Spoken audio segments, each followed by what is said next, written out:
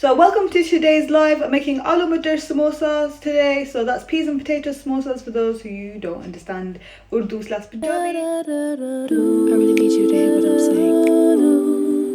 I'm gonna get my large pot. I'm gonna fill it at least halfway or maybe more up with water and put it on a high heat so that it's ready for the potatoes to go in. So get the water going while we start to prep our potatoes.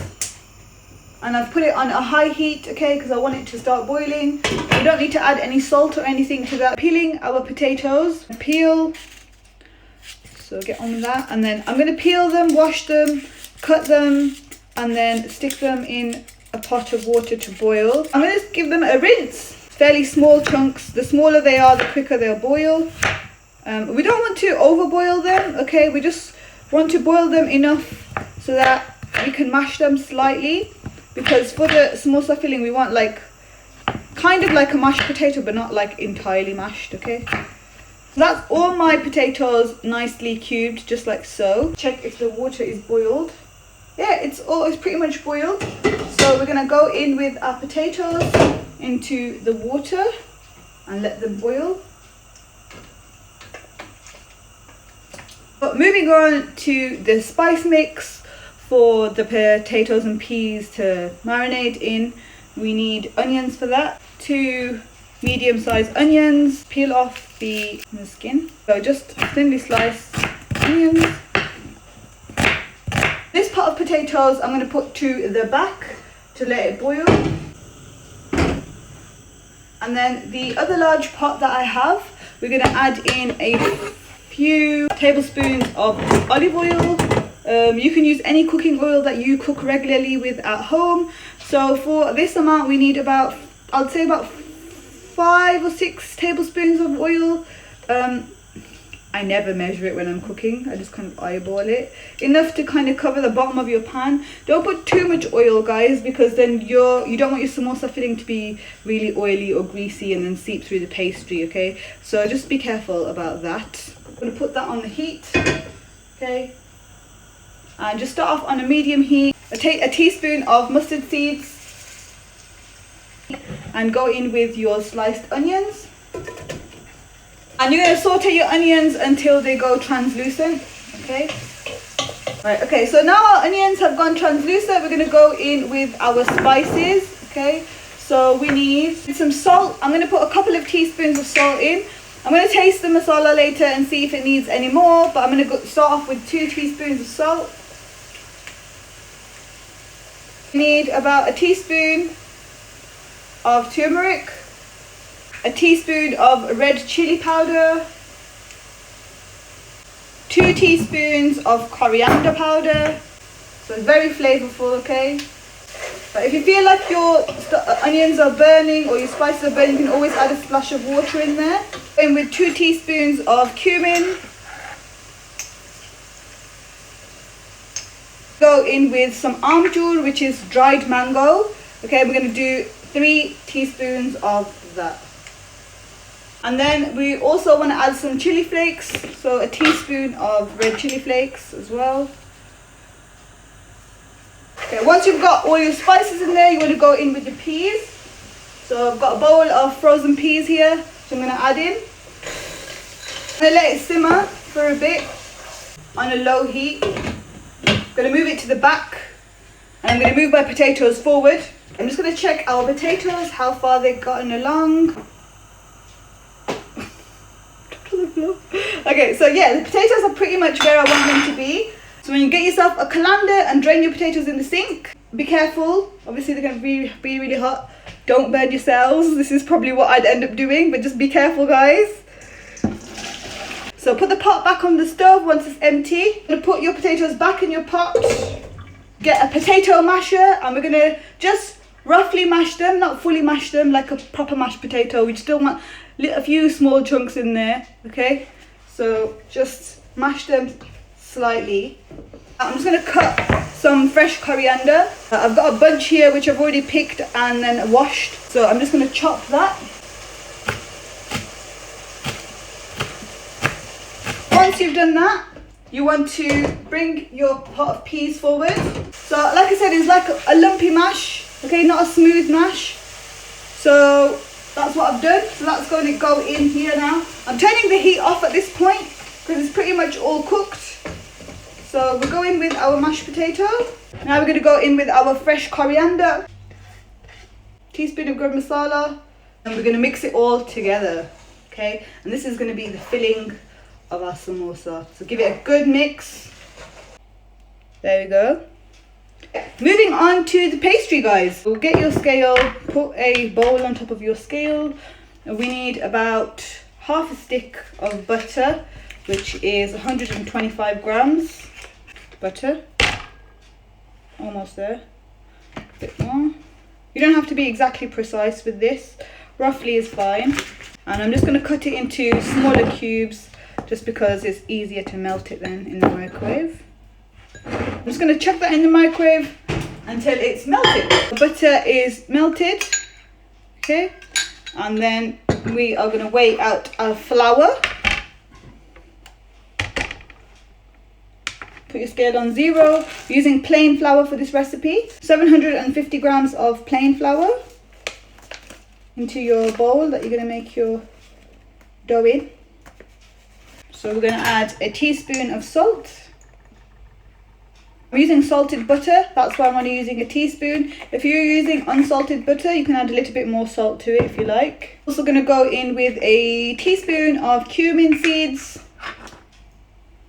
Okay, this is just traditional. You can leave it out if you want to. You don't have to put cumin seeds in your pastry. 1, it gives a nice flavour to the pastry. 2, it's because samosas are seen to be quite a heavy starter. So apparently the cumin seeds are supposed to help you digest the pastry. So that's why they put it in.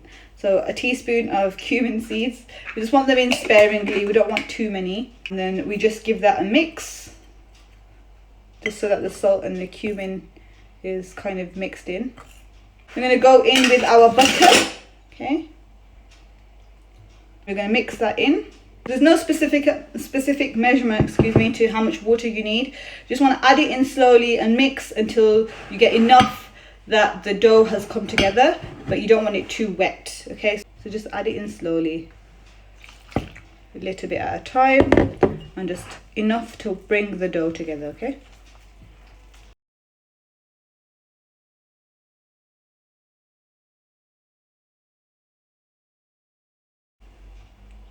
So I want it to be a smooth pastry. Okay, so I'm gonna knead it ever so slightly just to work it a tiny bit. Just make sure that everything is nice and combined. Like I mentioned, it's not bread, so we're not attempting to form gluten strands here. We're just trying to smoothen the pastry out a little bit.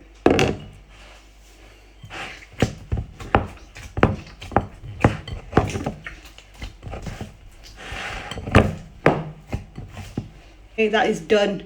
So we just need to let that rest for a few minutes. What I'm going to do is show you how to make a paste. And this is the paste that we use to basically join the ends of the samosa together to stop it from opening. It kind of acts like a glue for our samosas. You basically make it just with plain flour and some water. Just get a bit of plain flour in a bowl. So just add in enough water slowly until you make a paste. Okay, a thin paste.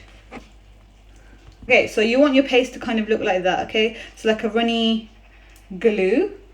Right, okay, now on to making the pastry, rolling out the pastry, making the samosa roti as we call it. So we keep this kind of flat pan to make roti on, so that's why I'm using a non-stick one.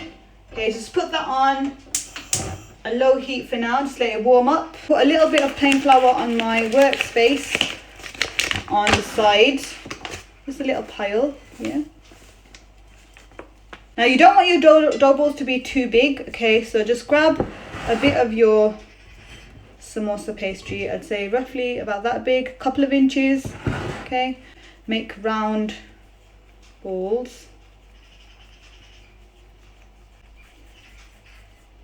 Okay, and then I'm just going to press that down into the extra flour. Get your extra flour, dust your work surface. I like to flatten my balls out like this with the palm of my hands from the edges.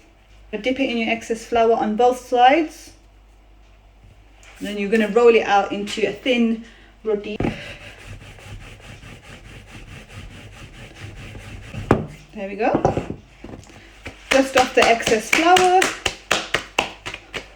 And again, put a few teaspoons of oil. So you're cooking this again on both sides for a couple of minutes. Well, a minute or so, I'd say.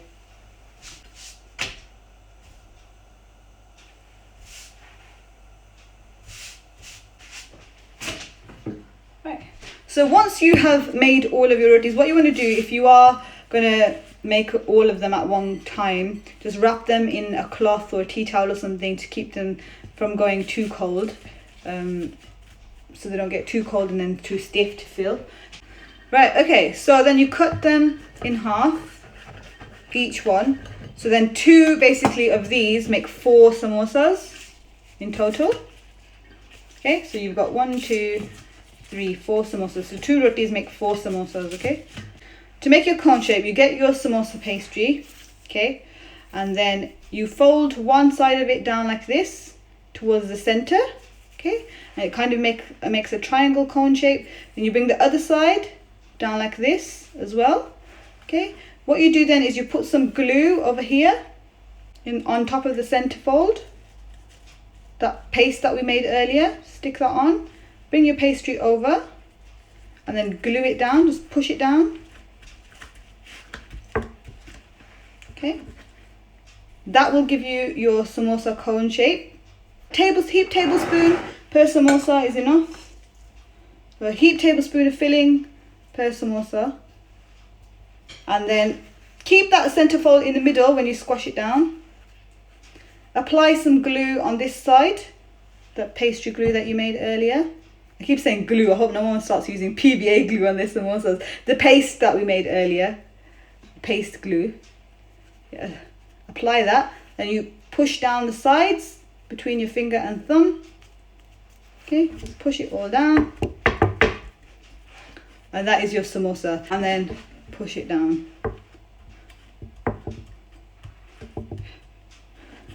And that is your samosa ready. Okay, I'll fry them up and show you what they look like. Add your samosas in cold oil, then they will go soggy, and we don't want that to happen. Okay, yeah, it looks hot enough now. That piece has come to the surface, so I'm going to add in my samosas to the hot oil.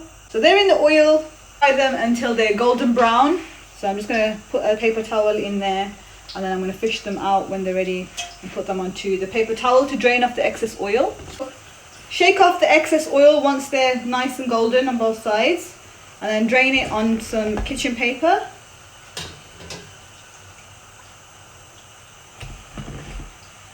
Check those out. You can hear the crispiness literally as I pick them up.